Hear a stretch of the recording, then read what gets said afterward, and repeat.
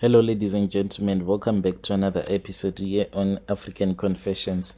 The following story that you're going to be listening to, it comes from a translation of a message that one of our admin received, and the translation reads like this. Hello, how are you? My name is Naledi, not a real name. I am the daughter of a certain pastor. So I grew up in a home where faith and prayer and trust in God were more than just words. They were a way of life. My father's name is well known, especially in our community. People, they do see him as a guide, a man that is full of wisdom and strength, someone that they can rely on. To most people, indeed, he is a hero, but they do not know the truth.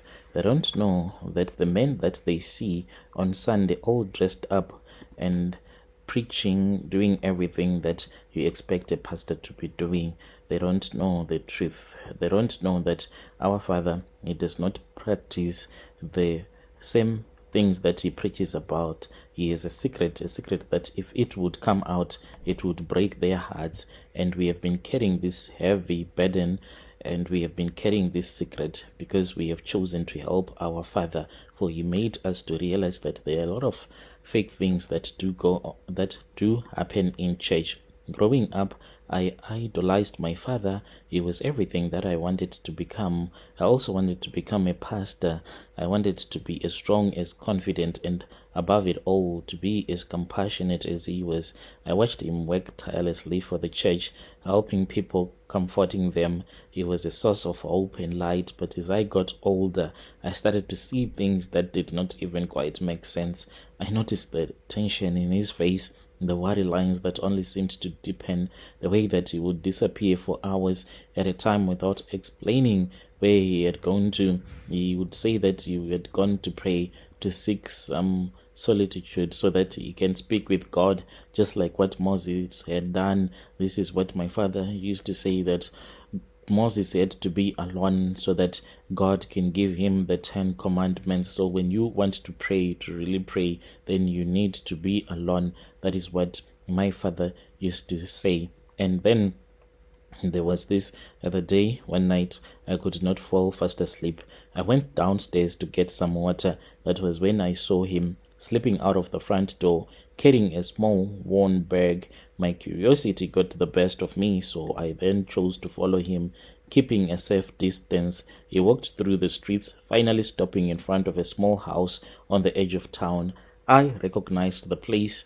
It was the home of this other man who was a Sangoma, a man who was well known in the community. Come to think about it, your own father, a pastor, visiting a traditional healer in the middle of the night. And a lot of people used to go there when they wanted to perform evil rituals to hurt other people. And we had heard stories about women that had gone there so as to bewitch some girlfriends of that way, dating their husbands. And there he was, my father, a pastor, standing at his doorstep.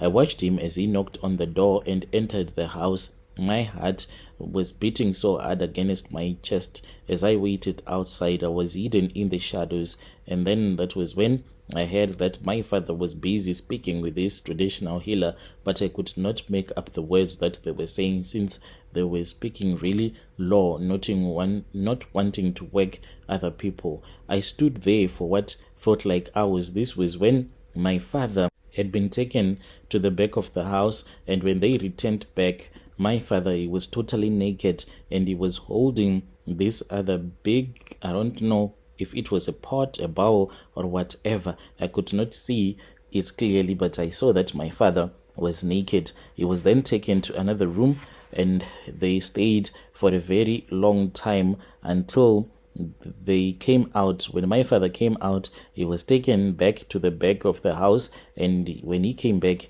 he was fully dressed again, and then he started walking, and I ran back home. The next morning, I did not even hesitate. I confronted my father. Yes, when he was busy reading his newspaper and drinking his coffee, I went to him and I said, I need answers, because I knew that he was visiting a Sangoma, and that was what a man was not supposed to do. He was angry and he was defensive. He told me to mind my own business, but I kept on pushing and pushing, and my mom and my siblings, they came and we sat down, and then my father told us everything. My father told me that he had been working with this man for many years. So this man, he had promised my father extra powers to keep the church strong, to keep people believing in God. He told me that he does not believe that there is a God in heaven as such, but they are different spirits. These spirits, they are the ones that control the universe.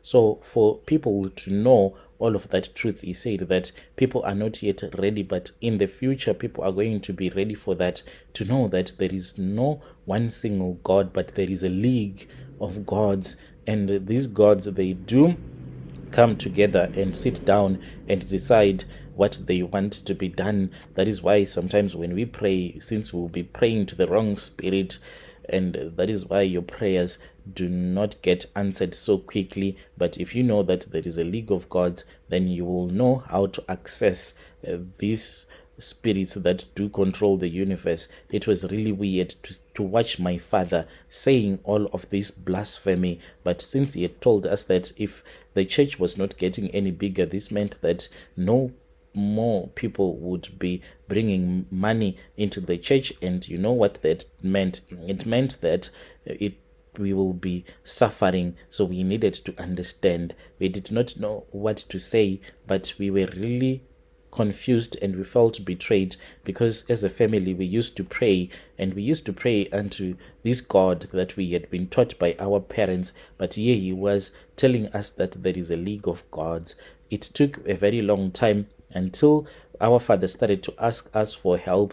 Usually what he will do is that early in the morning he would send us to church, so we will drive to church maybe somewhere around 5 or even before 5, before people will be walking around. This will be on a Sunday. We will go and we will take some soil from the churchyard and we will give it to my father, in which he would go and give it to the Sangoma, so that the Sangoma can use that soil. You would blow it into the air, and then he would say that this is going to force people to come to church. Anyone that has ever stepped his or her feet at the church premises today is going to come, or she is going to come to church loaded with money. And indeed, on that day, you would even think that it is a big Sunday, because a lot of people would come. I still remember that there was a man who once came and he was holding a beer bottle of Black Label. This man even went on and said that he felt so guilty. He wanted to pay for his tithing.